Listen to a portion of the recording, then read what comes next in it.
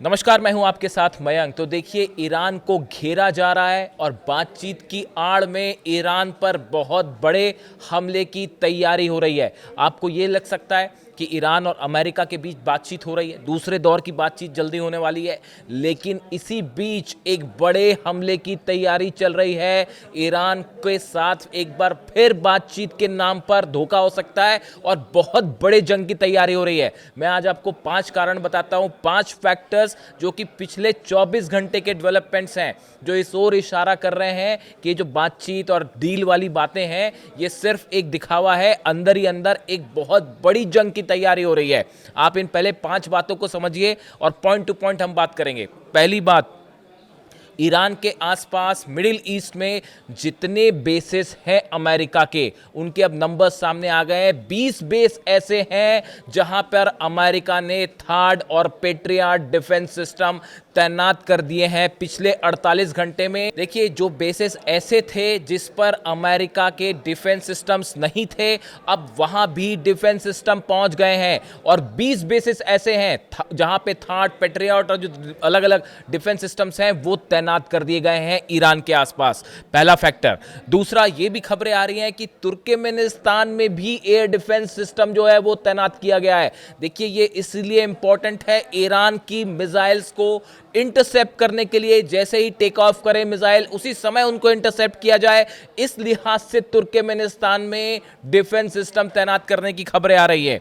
इसके अलावा तीसरा बड़ा डेवलपमेंट, अमेरिका ने अपने स्पेशल कमांडोज जो हैं वो ईरान के आसपास भेजने शुरू कर दिए हैं। वो पहुंचने भी शुरू हो गए हैं वहां पे। ये वो कमांडोज हैं जिन्होंने वेनेजुएला में ऑपरेशन को अंजाम दिया था। डेल्टा फोर्स के साथ एक यूनिट और होती है जो कि इस तरह के ऑपरेशंस को अंजाम देती है। वो कमांडोज ईरान के आसपास पहुंच गए हैं और उनको अलग अलग ऑपरेशन के लिए तैयार कर दिया गया है। चौथी बड़ी वजह, कल एक बड़ा डेवलपमेंट हुआ है। C-17 जो प्लेन्स हैं अमेरिका के, इन्होंने कल टेक ऑफ किया। ये ईरान के करीब जो बेसिस हैं वहां पर पहुंचते हैं और उसके बाद ये रडार से गायब हो गए। इन्होंने अपने रडार सिग्नल्स जो हैं वो बंद कर दिए। अब सवाल ये है कि आखिर अमेरिका के इन C-17 जो प्लेन्स हैं इसमें क्या था, क्या पहुंचाया गया ईरान के बॉर्डर के करीब अपने बेसिस पर। ये चौथा बड़ा डेवलपमेंट। और पांचवा शायद आप जानते ही हो, कतर में अल उदैद बेस पर B-52 बॉम्बर्स तैनात कर दिए गए हैं। ईरान के बेहद करीब B-52 बॉम्बर्स तैनात हो गए हैं। ये 5 डेवलपमेंट आप देखिए। 20 बेसिस पे डिफेंस सिस्टम तैनात है, तुर्कमेनिस्तान में डिफेंस सिस्टम तैनात है, जो स्पेशल कमांडोज की यूनिट है जो कि घुस के ऑपरेशन करती है वो ईरान के करीब पहुंच चुकी है। C-17 प्लेन्स आते हैं, रडार पे दिखाई देते हैं, फिर अचानक से गायब हो जाते हैं। और कतर में B-52 बॉम्बर्स जो है वो अल उदैद बेस पर पहुंच गए। ये 5 बड़े डेवलपमेंट जो है 24 घंटे के अंदर हुए हैं। क्या इसके बाद भी आपको लगता है कि कोई बातचीत होने वाली है? ये जो डिप्लॉयमेंट है अमेरिका का, ये इराक वॉर से भी बड़ा, जो खाड़ी युद्ध हुआ पहला, जो इराक पर हमला हुआ, जो अफगानिस्तान पर अटैक हुआ, उससे बड़ा डिप्लॉयमेंट है ये ईरान के आसपास। 20 बेसों पे, 20 बेसिस पे डिफेंस सिस्टम तैनात करने में आप सोचिए कितना बड़ा खर्चा हो रहा होगा। एक डिफेंस सिस्टम तैनात करने में करीब 20 करोड़ रुपए का खर्च आता है सिर्फ उसको तैनात करने में। मैं मिसाइल्स की बात नहीं कर रहा हूं, जो मिसाइल्स पेट्रियट डिफेंस सिस्टम में इस्तेमाल होती हैं या फिर थार्ड में होती है, मैं उन मिसाइल्स की बात नहीं कर रहा हूं। इन डिफेंस सिस्टम्स को सिर्फ आप चाहे बहरीन की बात कर दीजिए, कतर की बात कर दीजिए, सऊदी की बात कर दीजिए, जॉर्डन की बात कर दीजिए, ये वो सब जगह है। इराक की बात करिए, सीरिया की बात करिए, ये सब जगह है। जितने बेसेस हैं अमेरिका के, सब पे थर्ड और पेट्रियट तैनात हो चुके हैं।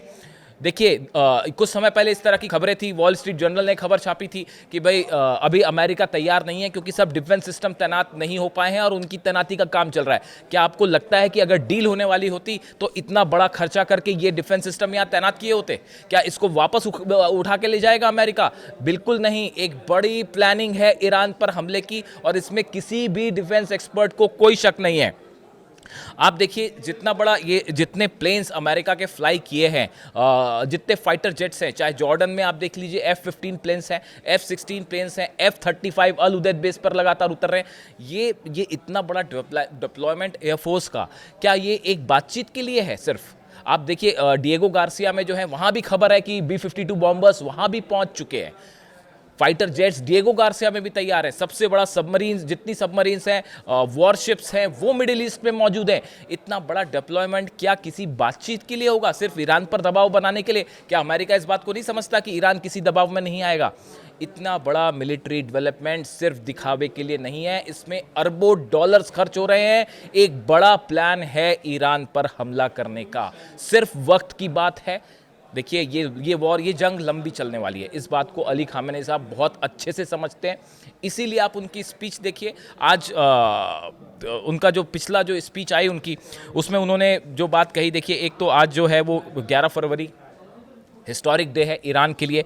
11 फरवरी को जो है वो इस्लामिक रेवोल्यूशन जो हुई ईरान में, इसके जो है 46 ईयर्स कंप्लीट हो गए हैं और इस मौके पर ईरान से तस्वीरें आनी शुरू हो गई हैं। बड़ा जो है वहाँ पे लोग खुशियाँ मना रहे हैं और सरकार के समर्थन में जो है वो रैलीज हो रही हैं। और अली खामेनी साहब ने जो अपनी लास्ट स्पीच दी थी 24 घंटे पहले, उन्होंने एक वीडियो संदेश दिया था। उसमें उन्होंने कहा था कि हर साल 11 फरवरी ईरानी राष्ट्र की ताकत और सम्मान को दुनिया के सामने उजागर करता है।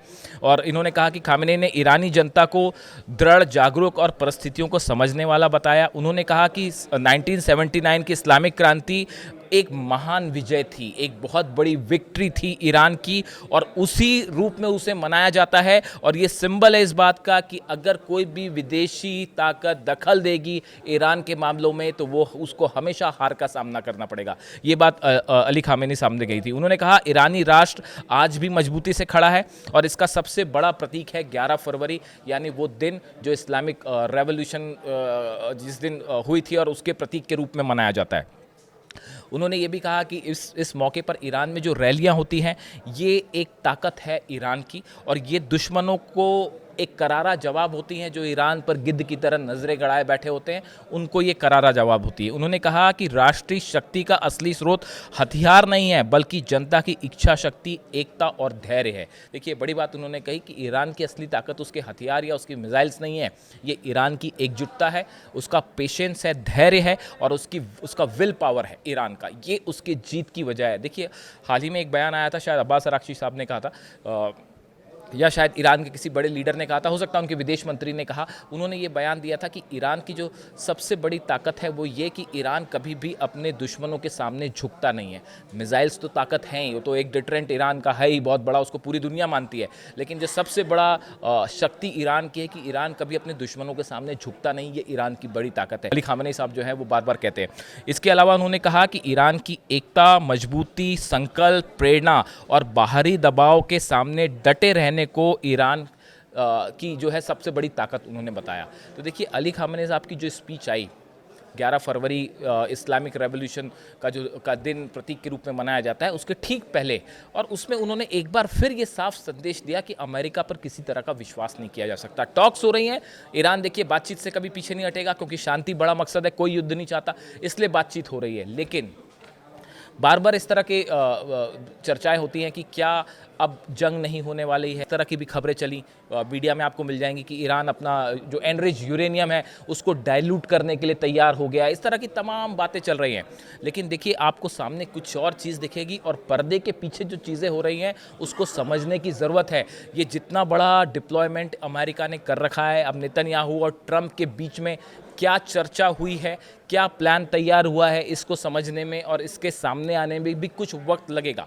लेकिन जैसा कि अली खामेनी साहब हमेशा कहते हैं कि अमेरिका से बातचीत का कोई नतीजा नहीं होगा, ईरान को हमेशा अलर्ट रहना चाहिए। अब्बास अरागची साहब ने भी ये बात कही है। इन बयानों के पीछे कोई मकसद है, इस बयानों के पीछे एक इशारा था बड़ा कि भले बातचीत हो रही हो, लेकिन जिस तरह से ईरान को घेरा जा रहा है, ईरान के आसपास जो डिप्लॉयमेंट हो रहा है, ये कतई इस बात की ओर इशारा नहीं कर रहा है कि किसी तरह की बातचीत सफल हो जाएगी या जंग टल जाएगी। अगर बातचीत ही पे पूरा फोकस होता अमेरिका का तो शायद इतना बड़ा मिलिट्री डिप्लॉयमेंट नहीं होता। आज अमेरिका ने अपनी पूरी ताकत झोंक रखी है ईरान को घेरने में। और ये अगर सिर्फ बातचीत से मसला हल होने वाला होता, वो 5 टॉक्स में जो 5 बैठकें हुई पहले, उसी में हो गया होता। उसके बाद भी आखिर हमला हुआ, जंग हुई। इस बात को अब ईरान भी अच्छे से समझ रहा है और यही जितने एक्सपर्ट्स हैं उनका भी यही कहना, उनकी भी यही राय है कि ये जितना बड़ा डिप्लॉयमेंट है ये ईरान को घेरने के लिए हो रहा है। जंग में देर हो सकती है, सही मौके की तलाश में है अमेरिका। इस बात का कैलकुलेशन हो रहा है कि हमें कितना नुकसान हो सकता है, बस इसके अलावा और कुछ नहीं। और जंग निश्चित है और आज नहीं तो कल ज़रूर होगी और बातचीत की आड़ में धोखे से हमला हो सकता है। इस तरह की राय सामने आ रही है। इससे जुड़ा जो भी अपडेट होगा मैं आप तक पहुंचाऊंगा। वीडियो आपको कैसा लगा कमेंट करके ज़रूर बताइए। Thank you so much.